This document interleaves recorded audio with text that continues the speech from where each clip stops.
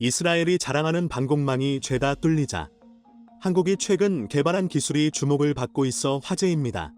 하마스 무장 대원들의 공격이 동시다발적으로 시작된 때는 7일 오전 6시 30분경이었습니다. 드론으로 이스라엘 감시 초소를 파괴하고 수천 발의 로켓을 발사했던 것입니다. 그 후 무장한 패러글라이더들이 가자지구에서 이륙했고 트럭과 오토바이를 탄 하마스 대원들이 이스라엘 남부로 들어왔죠. 11억 달러짜리 펜스는 적의 침입에 아무것도 하지 못했다. 이스라엘 일간지가 가자지구 경계에 설치된 장벽인 아이언월에 대해 내린 평가였습니다. 이스라엘이 장벽만 믿다가 다수의 사상자가 발생했다는 것입니다. 실제로 2천여 명의 하마스 무장대원들이 29곳의 경계 장벽을 뚫고 이스라엘에 침투했습니다. 이 장벽은 지난 2014년 50일 전쟁 당시 하마스의 땅굴 침투에 놀란 이스라엘 정부가 3년 반 동안 14만 톤의 철을 쏟아부어 2021년 12월 완공한 것입니다. 지상은 물론 지하로 터널을 뚫어 침투하려는 움직임도 감지할 수 있습니다. 원격 조종 카메라와 기관총, 레이더 장치, 각종 센서 등의 첨단 장비를 갖춰 스마트 펜스로까지 불렸지만 하마스의 불도저에 맥없이 무너졌습니다. 이스라엘은 가가지구 국경 방어를 아이언월에 크게 의존하고 병력 상당수를 빼 또 다른 팔레스타인 거주지인 서한 지구로 옮겨 놓은 상태였습니다. 이 름을 타 하마스는 드론으로 스마트 펜스를 통제하는 감시탑을 파괴했습니다.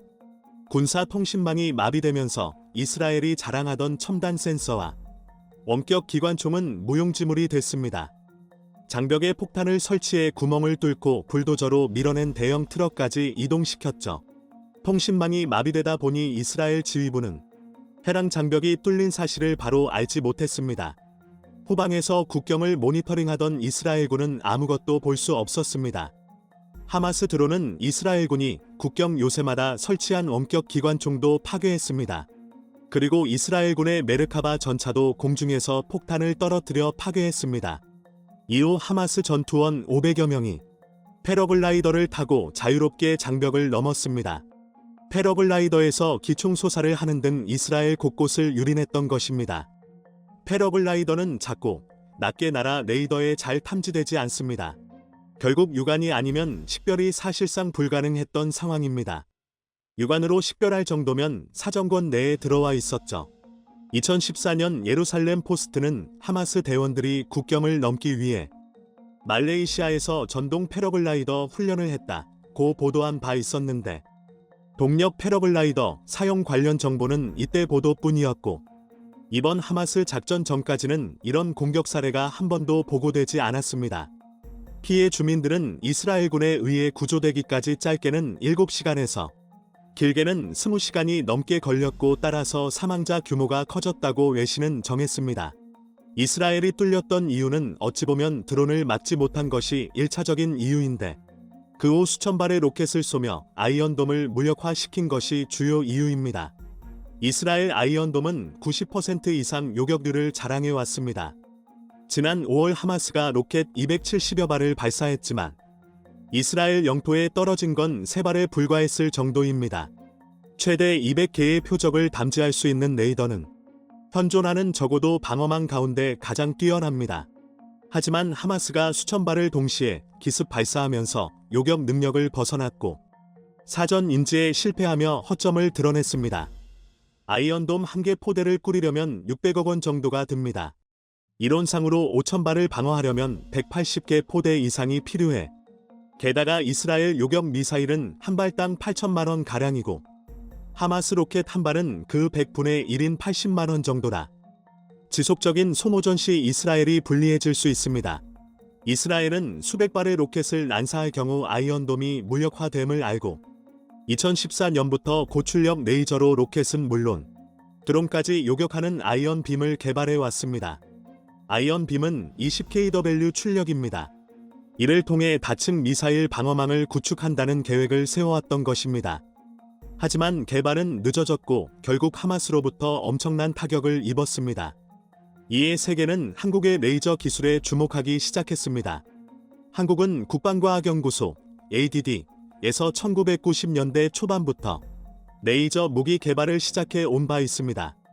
그리고 2019년부터 한국형 레이저 대공무기 블록 1 연구개발 사업을 추진했고 2020년 안흥 시험장에서 최초로 위력 시범을 보였는데 1km 거리에 있는 철판 유도탄 표적을 명중시켜 군 관계자를 놀라게 했습니다. 당시 20kW 출력의 레이저 빔을 사용한 것으로 알려졌습니다.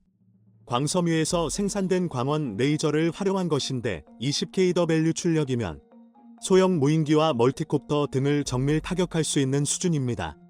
이때 사용한 철판 유도탄 표적은 북한의 화성 7형 탄도미사일이나 2014년 파주에서 발견된 북한 소형 무인기와 유사한 재질입니다. 한국은 올 4월 충남 태안에 있는 안흥 시험장에서 레이저 대공무기 시험 평가를 진행하고 전투용 적합 판정을 내렸습니다. 레이저를 30회 발사해 3km 밖에서 비행 중인 무인기 30대를 모두 맞춰 100% 명중률을 기록했던 것입니다. 한국은 이를 내년부터 본격 양산한다는 계획입니다. 20kW는 전자레인지보다 20배 높은 출력입니다. 통상 드론을 격추하는 데는 20터부터 50kW 출력이 필요하고 대전차 미사일을 파괴하는 데는 100kW급 출력이, 순항미사일을 무력화하는 데는 300kW급 출력이 필요합니다. 한국은 중거리용 레이저 대공무기인 블록 2 30kW를 2030년까지 개발할 예정이며 하우 전투기, 이성 요격이 가능할 정도의 성능을 갖추겠다는 전략입니다. 이는 해군의 전투함, 공군 항공기에도 탑재할 예정인데 100kW 이상의 출력을 갖는 것을 목표로 하고 있습니다. 게다가 최근에는 극초음속 미사일 방어용으로 300kW급 고출력 레이저 무기체계 개발에도 착수했습니다. 이는 미국 등 선진국에서도 최근에야 연구개발에 들어간 내용입니다. 레이저 대공무기는 속도와 가격 경쟁력이 장점으로 꼽힙니다. 레이저는 초당 30만 km로 날아가는데 극초음속 미사일 마하8보다 빨라 레이저를 피하거나 맞대응하는 것은 사실상 불가능합니다. 가격도 저렴한데 레이저 무기는 1회 발사 비용이 몇천 원에 불과합니다. 사드 미사일이 한 발에 110억 원이고 시공이 2억 원인 점을 고려하면 크게 경제적인 것입니다. 게다가 소총 탄환보다 좁은 틈을 통과할 정도로 정확도도 높습니다. 레이저 무기 성능이 공상과학 영화 같은 수준으로 향상되면 그야말로 전장의 판도를 바꾸는 게임 체인저가 될 수 있습니다.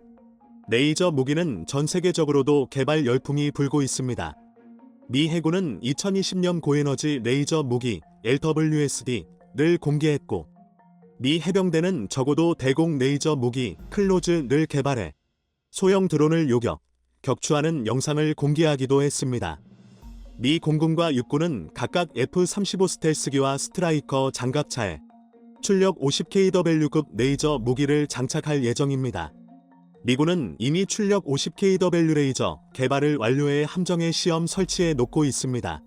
기관포나 대포처럼 별도의 탄약이 없어도 전기만 공급되면 운용이 가능하고 낙탄에 따른 지상의 부수적인 피해 또한 없습니다. 레이저포나 레일건 같은 고출력 에너지 무기체계는 짧은 시간에 대량의 전력을 소모하기 때문에 함정 등에도 대용량 에너지 저장 장치가 필요합니다. 한국은 배터리 등 에너지 저장 장치에 큰 강점이 있는 나라로 이 문제 또한 쉽게 해결될 수 있습니다.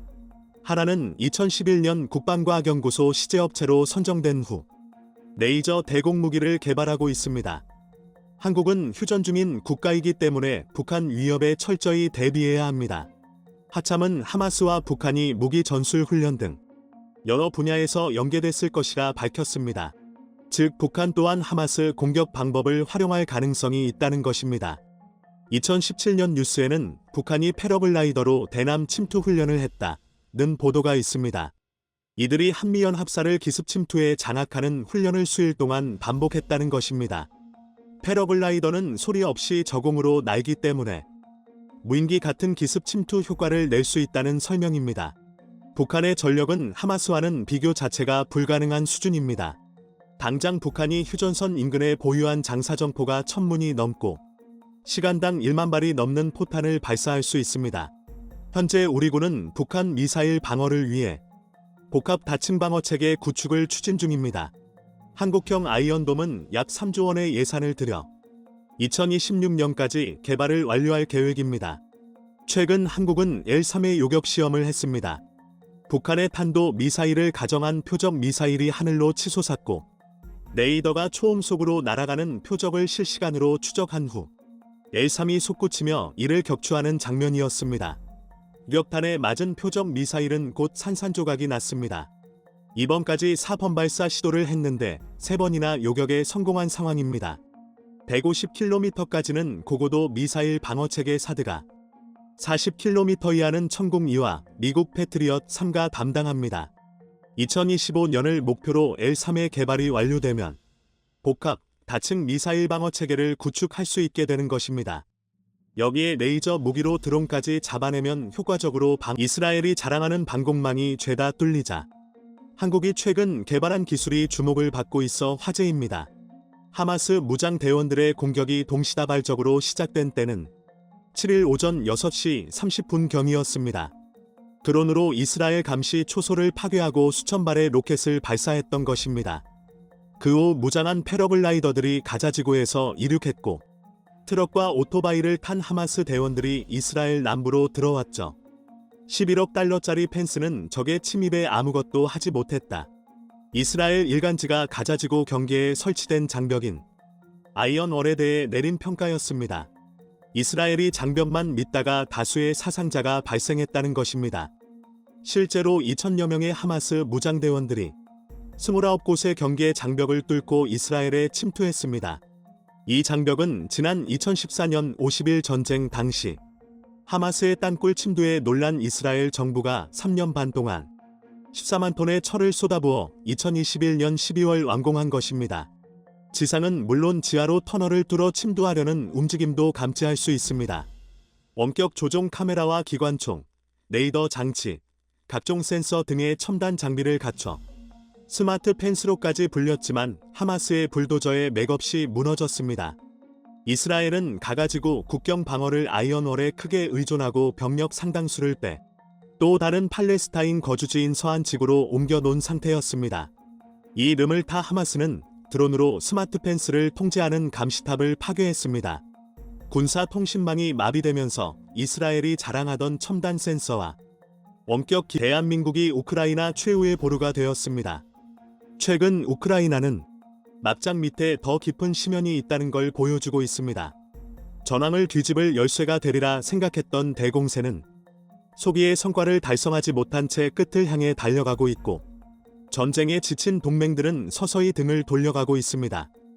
전쟁이 발발한 지 2년이 채 되지 않았음에도 우크라이나는 힘없는 나라의 서름이 무엇인지를 여실히 보여주고 있습니다. 지금 우크라이나에는 최소한 동맹국들이 완전히 등을 돌리고 휴전을 강요하기 전까지 최대한 러시아의 점령지를 탈환할 기심이 필요한데요. 예하게 구애를 펼치고 있는 나라가 있습니다. 바로 대한민국입니다. 우크라이나 전쟁의 방산 특수를 누린 대한민국은 어느덧 민주주의의 무기고가 되었고 나토가 비축 물자 부족으로 신음하는 사이 압도적인 생산력으로 시장을 장악했는데요. 이를 지켜보던 우크라이나는 다시 한번 대한민국의 문을 두드리기 시작했습니다. 적어도 준치 이 말이 러시아를 표현하는 가장 정확한 말이 되리라고는 우크라이나 전쟁 전 아무도 생각하지 못했을 것입니다. 하지만 사실상 전쟁이 잠기 전에 돌입했음에도 러시아는 끈질긴 생명력을 이어가고 있습니다. 이러다 서방 세계가 먼저 지쳐서 나가떨어지는 것 아니냐 나는 불길한 예상이 들어맞을 수도 있다는 주장까지. 상황이 이렇게 되자 속된 말로 똥줄이 타고 있는 건 우크라이나입니다. 양국의 손해는 서로 우열을 가리는 게 무의미할 정도로 막심하지만 이 상태로 결국 휴전에 돌입하면 결국 땅을 빼앗긴 우크라이나가 무조건 패배할 수밖에 없는 구조입니다. 그런데 문제는 이처럼 궁지에 몰리자 우크라이나가 연달아 자살골을 집어넣고 있다는 것입니다. 러시아 우크라이나 전쟁은 표면적으로는 단일 국가끼리의 싸움이지만 그 실체는 서방연합과 러시아 사이의 전쟁이라고 해도 과언이 아닙니다. 냉혹한 이야기지만 유럽의 성벽 역할을 하는 지리적 특징이 우크라이나의 명주를 이어가고 있는 것이나 마찬가지인데요. 이 덕에 미국을 비롯한 나토 동맹국들의 전폭적인 지원으로 그나마 살얼음판 같은 균형을 유지하며 러시아와의 전쟁을 지속할 수 있었던 것입니다. 그리고 여기에는 우크라이나와 지리적으로 가장 밀접한 폴란드의 아낌없는 지원이 큰 역할을 했습니다. 폴란드는 러시아의 우크라이나 침공이 일어나자마자 마치 기다렸다는 듯 지금까지 150만 명에 달하는 우크라이나 난민을 받아들였습니다. 뿐만 아니라 미그 29와 레오파르트 2 등 곡간을 털어 우크라이나군이 별다른 훈련 없이 즉시 전장에 투입할 수 있는 구소련 무기를 지원했고 대부분의 서방 국가들의 전차 지원에 앞장서 물꼬를 텄습니다. 물론 이게 가능했던 건 폴란드가 대한민국의 무기 체계를 대량으로 도입하는 계획을 세워두었기 때문이었는데요. 하지만 이를 감안한다고 하더라도 자국의 주력 무기들을 이래도 되나 싶은 수준으로 그야말로 물심양면으로 우크라이나의 승리를 바라왔던 건데요. 그런데 이토록 멸심이었던 폴란드가 최근 느닷없이 우크라이나에 무기 공급 중단하겠다는 충격 발표를 해 전 세계를 경악하게 만들었습니다. 지난 9월 20일 마테우시 모라비에츠키 폴란드 총리가 기자회견 자리에서 우크라이나에 더 이상의 무기를 지원하지 않을 것이다. 우리는 그 대신 폴란드를 무장시키는데 이는 해석에 따라 러시아의 서진을 막던 우크라이나를 포기하고 폴란드에서 그 역할을 대신하겠다고 여겨질 수 있는, 특히 앞서 말씀드렸던 것처럼 자국의 무기고가 텅텅 빌 만큼 우크라이나에 무기를 퍼주다시피 했던 폴란드의 발언이기에 이 발언은 더욱 큰 파장을 일으켰는데요. 자칫하면 우크라이나 지원에 지친 미국과 유럽의 강대국들이 줄줄이 지원 거부 선언에 동참할 수도 있는 위험한 발언이었습니다. 하지만 폴란드에도 속사정은 있었습니다. 마테우시 모라비에츠키 폴란드 총리의 발언이 있기 하루 전 젤렌스키 우크라이나 대통령이 유엔 총회 연설에서 폴란드 등의 동유럽 국가들을 비난한 건데요. 젤렌스키 대통령은 이들이 정치적으로는 우크라이나를 지지한다고 하면서도 뒤로는 러시아가 활개칠 수 있게 돕고 있다고 발언했습니다. 도움을 받는 처지에서 이게 무슨 망발인가 싶지만 문제는 결국 돈입니다. 혼란스러운 외교 다툼과 망발 이면에 숨어있는 폴란드와 우크라이나의 관계가 악화되기 시작한 건 지난 5월부터였습니다. 폴란드, 슬로바키아, 루마니아, 헝가리 등이 우크라이나산 농산물 수입을 거부하기 시작하면서 두 나라의 감정의 골이 깊어진 건데요. 전쟁 발발 이후 우크라이나 농산물의 주요 수출 통로였던 흑해 항구는 제 기능을 상실해버렸고 이에 따라 세계 식량 가격은 폭등했습니다. 우크라이나 농산물의 주요 수입처였던 중동 지방에서는 식량 부족으로 폭동이 일어났을 정도이니 말 다 했는데요. 이는 가뜩이나 러시아산 천연가스 차단으로 골머리를 썩고 있던 유럽에도 심각한 문제였습니다.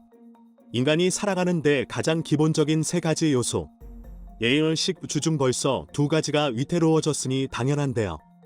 이의 이유는 우크라이나와 인접한 동유럽 국가들을 통해 국산 수출로를 구축했고 아예 관세까지 면제하며 비상 공급을 시작했습니다. 일단 급한 불부터 끄고 보자는 것이었는데요. 그런데 이번에는 반대로 전혀 예상치 못했던 문제가 퍼져 나오기 시작했습니다. 가격이 저렴한 우크라이나 농산물이 동유럽에 쏟아져 들어오자 해당 국가들의 현지 농산물 가격이 거꾸로 폭락하기 시작했고 농민들의 불만이 폭증한 것입니다. 농업은 1차 산업이지만 그렇기 때문에 국가의 기반을 형성하는 매우 중요한 산업입니다. 우크라이나 전쟁이 언제 끝날지도 모르는 상황에서 현지 농가의 몰락은 절대 좌시할 수 있는 일이 아닌데요. 결국 동유럽 국가들의 불만이 터져 나오자 사태 진정을 위해 EU는 폴란드를 중심으로 우크라이나 농산물 수입을 금지할 수밖에 없었는데요. 그나마 비교적 최근에서야 다시 해당 조치를 해제했지만 여전히 폴란드를 비롯한 동유럽 3개 국가는 자체적으로 금수 조치를 유지하며 우크라이나 농산물 유입을 거부하고 있습니다. 전쟁 지원은 전쟁 지원이고 농산물 유입은 전혀 다른 얘기라는 것이죠. 하지만 우크라이나는 이 같은 행동이 결국 러시아를 돕는 일이라며 WTO에 제소하는 최악의 수를 두었고 사태는 악화일로로 치닫고 있습니다. 결국 우크라이나가 제 손으로 폴란드의 뺨을 때린 셈인데요. 심지어 이런 관계 악화 속에서도 폴란드는 안보 위기라는 현실적인 측면을 좌시하지 않았고 젤렌스키 대통령이 농산물 수입 금지를 이유로 거친 말을 쏟아내자 무기 지원을 끊겠다는 극단적인 발표를 한 것입니다. 폴란드는 러시아가 침략한 첫날부터 우크라이나를 도운 폴란드에 대해 너무나 부당한 대우다. 우크라이나가 폴란드마저 익사시키려 한다라며 강력하게 반발했습니다. 물론 이후 안제이 두다 폴란드 대통령이 대한민국에서 도입한 무기를 우크라이나에 이전하지 않겠다는 것, 폴란드는 우크라이나와의 계약을 저버리지 않을 것이다 라며 모라비에츠키 총리의 발언이 와전되었다고 진화에 나섰지만 폴란드가 우크라이나에 느낀 배신감이 결코 작지 않았다는 건 부정할 수 없어 보입니다. 우크라이나의 악재는 여기서 끝이 아닙니다. 슬로바키아 또한 우크라이나를 적극적으로 지원해온 동유럽 국가 중 하나인데요. 유럽에선 제일 처음 대공미사일과 전투기를 지원하기도 했습니다. 그런데 최근 치러진 슬로바키아의 총선에서 친러 성향의 사회민주당이 다수를 차지하면서 우크라이나 지원 철회가 도마에 올랐습니다. 특히 사회민주당의 리더인 로베르트 피초 슬로바키아 전 총리가 그동안 줄곧 우크라이나에 총알 하나도 보내선 안 된다는 담경한 주장을 해왔던 인물이다. 앞으로 슬로바키아의 지원을 기대하기는 어려울 것이라는 분석이 지배적입니다. 또 미국 정치권에서도 우크라이나 지원에 대한 회의적인 목소리가 높아지고 있습니다. 대략 1년 앞으로 다가온 미 대선에는 트럼프 전 미국 대통령이 트럼프는 줄곧 우크라이나에 대한 무기 지원이 전쟁의 장기화만 불러올 뿐이라며 바이든 정부를 비난해왔습니다. 트럼프의 비난은 그냥 흘려들을 수도 있겠지만 미국 의회는 벌써 2번이나 우크라이나 지원을 축소하거나 제한해야 한다는 법만을 제출했습니다. 우크라이나 지원 목적의 240억 달러 규모 임시 예산만이 제외되기까지 했는데요. 바이든 대통령은 본 예산을 편성할 때 다시 복구시키겠다고 약속했지만 서방 사회의 의지를 대변하는 미국에서 이런 엇박자가 나오고 있다는 것 자체가 우크라이나에는 최악의 결과입니다. 결국 우크라이나는 미국이나 유럽, 폴란드의 지원이 한풀 꺾이더라도 전쟁의 불씨를 이어갈 수 있는 동아줄이 필요한 처지가 되었는데요. 그리고 우크라이나는 그 동아줄을 대한민국으로 점했습니다. K9 자주포 지원을 요청하는 태도를 보이는 것입니다. 특히 최근 북한과 러시아가 공공면하게 검은 밀착을 드러낸 만큼 우크라이나의 지원 요청 제스처는 상당히 의미가 깊은데요. 이례적으로 K9 자주포를 집중 조명하며 자세한 분석을 내놓고 있습니다.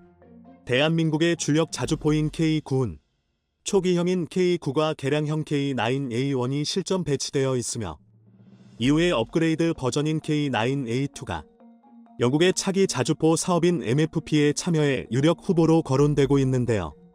K9A2는 K9A1에 비해서 화력과 기동성 등 모든 면에서 한 차원 높은 수준에 도달해 있습니다. 우선 자동장전 장치를 탑재해 분당 발사 속도가 기존의 6발에서 9발로 늘어나 화력이 강화됐으며 승무원도 5명에서 3명으로 줄어들었는데요. 이는 추가적인 병력 수급이 불가능한 우크라이나의 매우 큰 이점입니다. 게다가 복합 고무궤도를 장착해 주행 성능과 기동에 있어서 정과는 비교도 안 될 만큼 뛰어난 성능 향상을 이뤘습니다. 가뜩이나 도로 환경이 열악한 데다 오랜 전쟁으로 피폐해져 있는 우크라이나의 전장내 최적의 기동 조건인데요. 심지어 연료 소모가 줄어든 것은 물론이고 승무원들의 피로도가 줄어드는 효과를 가져다 줍니다. 그리고 무엇보다 우크라이나가 K9을 원하는 가장 큰 이유는 이미 실전에서 성능과 위력을 확민했기 때문입니다. 연평도 포격은 지난 2010년 북한이 122mm 대구경포, 130mm 대구경포, 76.2mm 평사포 등을 동원해 민가, 군부대 구분 없이 연평도에 무차별 포격을 가한 참사인데요. 북한의 포격은 연평도에 주둔 중이던 우리 해병대 K9 부대의 포격 훈련이 끝난 지 고작 10분 후로 K9 자주포 2대는 전투 불능의 손상을 입었고 다른 자주포들은 포탄이 소진된 상태였습니다. 하지만 북한군의 포격이 잠시 멈춘 찰나의 틈을 타 살아남은 우리 군의 K9 자주포 4대가 벼락같은 대응 사격을 실시했고 결과적으로 북한군을 제압하는 데 성공했습니다. 이 교전으로 인해 우리 측에서는 해병대원 2명이 전사하고 민간인 2명이 사망하는 등의 안타까운 피해를 입었는데요. 후에 알려진 바로는 우리 K9의 대포병 사격으로 북한 측은 사망자 10명을 포함 40명 이상의 사상자가 발생했음이 확인되었습니다. 구소련의 포병 전력에 맞선 우리 K9의 압도적인 위력이 확인되는 순간이었는데요. 물론 대한민국 K9의 성능이 얼마나 뛰어나든 우크라이나 지원과는 또 다른 얘기입니다. 적당한 출구 전략 없이는 밑빠진 독에 물 붓기가 될 수도 있다는 사실을 간과해서는 안 됩니다. 그러나 한편으로는 대한민국의 중립적인 자세가 군사적인 성장을 저해하고 있다는 분석도 있습니다.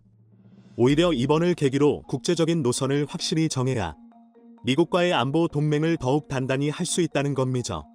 어느 쪽이든 쉽지 않은 결정이고 진통이 뒤따를 것입니다. 북한이 러시아에 부족한 탄약과 무기를 공급할 것이라는 말이 나오고 있습니다. 이니 폴란드의 K2 전차와 K9 자주포, K239 천무 등이 러시아와 벨라루스 국경에 배치되어 또한 양국이 지적재 상권을 공유하게 될 새로운 차륜형 장갑차도 함께 개발할 준비가 되었다고 말했습니다. 그런데 북한의 무기가 러시아에 간다면 한국산 무기 또한 우크라이나에 갈 수 있다는 말이었습니다. 북한보다 더 철달화된 무기와 밑대한 포탄 생산 능력을 가진 한국산 무기가 우크라이나에 간다는 것은 러시아의 입장에서도 우려할 수밖에 없는 부분임은 틀림이 없었습니다. 이런 가운데 한국과 폴란드가 폴란드형 K2 전차 공동 생산에 본격적으로 나선다고 보도되었습니다. 8일 폴란드 키엘체에서 열린 MSP-02023 분열린 토론회에서 폴란드와 한국의 실무진이 만났습니다. 여기서 양국 방산업체 관계자들은 한국과 폴란드가 함께 힘을 합쳐 세계 최고의 주력 전차인 K2PN을 만들어 수출할 수 있을 것이라고 밝혔습니다. 러시아가 전쟁을 멈출 기미를 보이지 않고 중국과 북한의 위협도 가중되는 상황에서 전 세계 국가들은 군비를 려가고 있습니다. 이에 성능과 가격 경쟁력이 무수하고 납기도 빠른 한국산 전차와 자주포, 장갑차 등의 무기를 구입하려는 나라들이 늘어나고 있습니다. 지금부터 한국산 무기 이 어떻게 내 강력한 러브콜을 받고 있는지를 자세히 살펴보겠습니다. 폴란드에서 나동에어쇼를 하루 앞두고 FA-50이 아닌 K2 전차가 이동되는 모습이 포착되어 주목을 받았습니다. 혹자는 왜 에어쇼에 전차가 동원되는지 의아해하기도 했습니다. 폴란드 나동 에어쇼는 2년에 한 번 열리는 행사로 오는 8월 26일과 27일 폴란드 나동에서 열립니다. 나돌 국제 에어쇼는 폴란드와 유럽에서 가장 중요한 항공 행사 중 하나로 보통 2년마다 개최되지만 코로나로 인해 5년 만에 열리게 되었습니다. 그러기에 이번 나돔 에어쇼에서는 역대급 항공기 쇼가 펼쳐질 예정인데 19개의 대형 퍼레이드와 불꽃쇼 고개 비행쇼가 펼쳐진다고 했습니다. 여기서 폴란드가 보유한 F-16, FA-50, MiG-29, Su-22 등뿐만 아니라 벨기에, 덴마크, 그리스, 체코, 핀란드의 전투기도 볼 수 있습니다. 그런데 폴란드는 이번 에어쇼의 가장 중요한 부분 중 하나가 최근 한국으로부터 긴급 공수된 FA-50 라고 치켜세우고 있습니다. 폴란드 매체 들라필로타는 지난 18일 놀라움이 가득한 에어쇼 라돔 미그-29는 상징적으로 FA-50에게 공중 지휘권을 넘겨준다 라는 제목의 기사를 보도했습니다. 이 매체는 이번 연휴 마지막 주말에는 나돔 하늘의 에이스들로 가득할 것이라며 하늘 높이 고개를 감상하는 시청자들에게 잊을 수 없는 감동과 많은 놀라움이 기다리고 있다고 했습니다. 이번 에어쇼 조직 그룹의 책임자 발데마르 골레비오프스키 대령은 마지막 날 프로그램을 공개하지 않으면서 오늘은 이야기하지 않을 몇 가지 놀라운 일이 있습니다. 그러나 나는 우리가 유럽에서 처음으로 폴란드에서 처음으로 어떤 일을 할 것이라는 점을 밝힐 것입니다. 라고 궁금증을 자아냈습니다. 그러면서 미그-29 항공기는 FA-50과 함께 이곳에 도착할 것이며 폴란드는 이번에 FA-50으로 그동안 사용하던 소련제 MiG-29를 버리고 완벽하게 교체되는 것을 지난 국군의 날 퍼포먼스에서 보여줬듯이 이번 나돔쇼에서도 상징적으로 보여준다는 것입니다. 그런데 이것은 단순히 폴란드 내에서 전투기 교체를 의미하는 것을 넘어 이번에 우크라이나의 구소련제 전투기를 공유했거나 구소련제 전투기를 가지고 있는 나라들에게 전하는 메시지라고 했습니다. 폴란드는 그들에게 보란듯이 성능도 떨어지고 부품도 구하지 못하는 노후화된 구소련제 전투기를 버리고 한국에서 온 최강의 가성비를 자랑하는 경전투기 FA-50으로 바꾸자는 말이라고 했습니다. 폴란드는 급히 도입한 FA-50GF를 먼저 보여주고 앞으로 공중급 유기능, 예사레이더, 공대지 공대공 무장 업그레이드 등을 통해 FA-50PL 버전을 생산하는데 이를 유럽에게 팔기 위한 일종의 홍보 행사로 삼는다는 전략입니다. 그런데 폴란드 국방부 차관은 이번 나돔 에어쇼에는 FA-50뿐만 아니라 이 행사에 K2 전차와 K9 자주포 등 한국산 무기를 전시할 예정이라고 했습니다. 이를 위해서 K2 전차가 나돔으로 이동하는 모습이 사진에 찍힌 것으로 추정되었습니다. 또한 이 행사가 끝나면 9월 16일부터 17일까지 체코 오스트라바에서 나토 데이가 열립니다. 여기에서 가장 현대적인 무기와 전투 장비를 볼 수 있다고 했는데 총 90대의 항공기와 약 1000가지의 지상 기술을 선보일 것이라고 했습니다. 체코 현지 매체 브레스크는 올해 쇼에는 어떤 기술이 등장할까요? 라는 제목의 기사에서 내년 오스트라바에서 열리는 나토의 날에는 군사 장비에 관심이 있는 수천 명의 사람들이 모시노프 공항으로 모여듭니다. 이와 관련하여 2023년에도 예외는 아닙니다. 올해 행사에서는 체코의 신형 헬리콥터 발표회나 폴란드가 한국에서 구매한 K2 전차가 이끄는 폴란드군의 신형 장비 발표회가 열릴 수도 있습니다. 라고 보도했습니다. 폴란드는 두 번째로 오스트라바에서 열린 나토데이의 파트너 국가가 되었는데 K2 탱크가 이번에 폴란드를 제외한 유럽에 처음으로 공개되는 자리라며 큰 의미를 부여했습니다. K2 탱크를 이제 폴란드 국민들뿐만 아니라 나토 국가들과 이 행사 방문객들도 직접 보고 체험해 볼 수 있는 기회를 줄 것이라고 했습니다. 이렇게 폴란드는 나돔 에어쇼와 나토데이를 통해서 한국에서 도입한 FA-50과 K2 전차 등을 직접 시연하고 보여주면서 방산 수출에 대한 전략적인 움직임을 보여주고 있습니다. 그런데 이렇게 한국과 폴란드의 긴밀한 방산 수출 전략에 대해서 독일이 폴란드 인근의 다른 동유럽 국가와 함께 손을 잡고 견제하려는 움직임을 보여주고 있습니다. 독일이 손잡으려 하는 국기는 바로 헝가리입니다. 독일 라인메탈은 폴란드를 통한 한국 방산의 유럽 진출을 견제한다며 헝가리의 장갑차 생산기지를 설립했습니다. 지난 22일 라인메탈이 헝가리 절러에게르세그의 링스케이 F-41 보병전 투차량 생산 공장을 오픈했습니다. 이 공장에서 독일은 링스케이 F-41 209대, 베르겐 판저 3피펠 군한 장갑차를 포함한 전투지원 차량 18대, 군용 트럭 38대를 공급한다고 했습니다. 독일 라인메탈은 호주 장갑차 사업에서 레드백에게 밀려 링스케이 F-41이 탈락했는데 이 공장을 통해 유럽 시장을 공략하며 생산력이 밀린다는 오명을 벗으려 한다는 것입니다.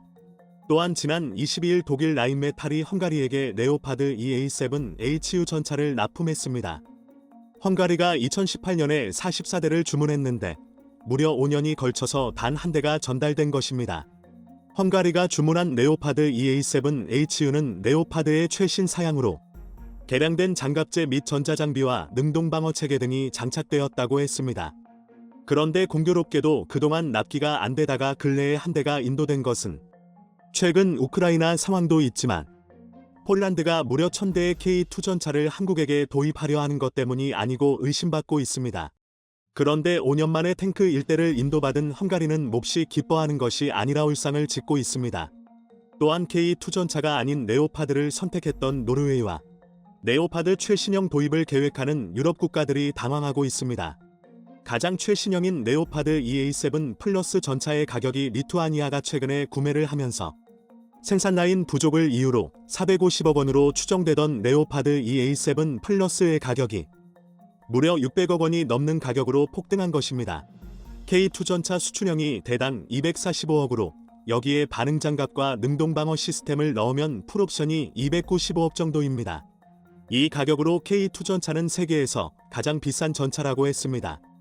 그런데 2020년 기준 레오파드 EA7 전차는 규모의 경제의 실패와 군축 탓에 200억대에서 대당 300억 원이 넘었습니다.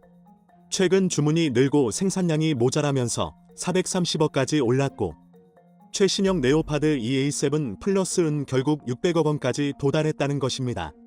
여기에 독일 라인메탈은 레오파드 EA8을 내놓으며 EA7 플러스에 비해 로켓 추진유탄, RPG과 지뢰를 포함한 다양한 위협을 방어할 수 있는 새로운 장갑 패키지, 향상된 상황인식 및 동신 시스템과 업그레이드된 사격 통제 시스템 같은 몇 가지 개선 사항을 넣었습니다. 물론 고사양으로 업그레이드해서 가격은 더 올라가는데 네오파드 EA7이 원래 200억 정도 수준에서 2.5배가 올랐고 네오파드 EA7 플러스가 600억이 되었으니 전문가들은 대당 800억 이상이 될 수도 있다고 전망하고 있습니다. 그렇게 되면 세계에서 가장 비싸다는 K2전자의 2배가 훨씬 넘는 금액이 되어버립니다. 폴란드가 1000대를 살 수 있는 돈으로 네오파드 신형을 사면 500대밖에 못 산다는 것입니다. 헝가리가 네오파드 EA7 전차를 받았는 소식에 동유럽은 물론 유럽 네티즌들이 뜨겁게 반응했는데 그중에 K2 전차와 비교하는 글들이 인상 깊었습니다. K2 탱크에는 2014 연형전자 장치가 없습니다. 한국인은 전자 장치를 지속적으로 수정하고 업데이트하는 경향이 있으므로 최신 에이브럼즈 또는 최신 레퍼즈보다 더 현대적입니다. 비교 테스트에서 K2는 최신 버전의 레오파드보다 이동 중 표적 파괴 확률이 70% 더 높은 것으로 확인되어 기술적 우위를 달성했습니다. 실제 전투 대결에서 K2는 적을 파괴할 확률이 더 높으며 레퍼드에 더 나은 장갑은 아무 소용이 없습니다. K2가 더 좋습니다. 더 이동성이 뛰어나고 더 나은 전자장치가 있습니다. 다른 주요 시스템, 즉 무장과 추진력도 비슷한 수준입니다. 알려지지 않은 두 가지 중 하나는 두 전차. 특히 K2 PLA 장갑입니다. 두 번째로 중요한 것은 그들이 전장에서 어떻게 활약할 것인지입니다. 노르웨이군은 전투 능력을 평가했으며 이것이 노르웨이인이 K2를 선택한 이유입니다. 최신 버전의 레오파드는 아마도 러시아 전차보다 더 좋은 전차일 것입니다. 그러나 K2, 에이브럼즈보다 낫다고 말할 이유는 없습니다. 실제로 K2 전차는 레오파드보다 우수한 성능으로 가격이 훨씬 싸고 훨씬 빨리 받을 수 있는 전차입니다. 실제로 K2 전차는 레오파드보다 우수한 성능으로 가격이 훨씬 싸고 훨씬 빨리 받을 수 있는 전차입니다. 헝가리 육군은 레오파드 전차 납품까지 약 5년의 시간이 걸렸는데 미국 에이브람스 전차는 폴란드가 계약하고 받는데 약 3년이 걸렸고 한국 K2 후표는 불과 4개월밖에 걸리지 않았다고 했습니다.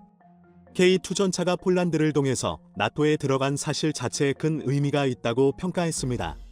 폴란드에서 K2 전차가 각종 행사에서 모습을 드러내면서 이제 유럽의 한국산 전차가 상륙해 주목을 받는 모습에 많은 이들이 감격해하고 있습니다. 한국은 K2 전차에 이어 K3 전차까지 빠르게 개발해 유럽 시장을 석권하겠다는 목표를 이뤄나가고 있습니다. 오늘의 영상은 여기까지입니다. 다음 뉴스레터에 더 많은 정보를 업데이트하겠습니다. 정보가 유용했다면 좋아요와 구독을 남겨 채널을 지원하고 발전시켜주세요. 네오 감사합니다.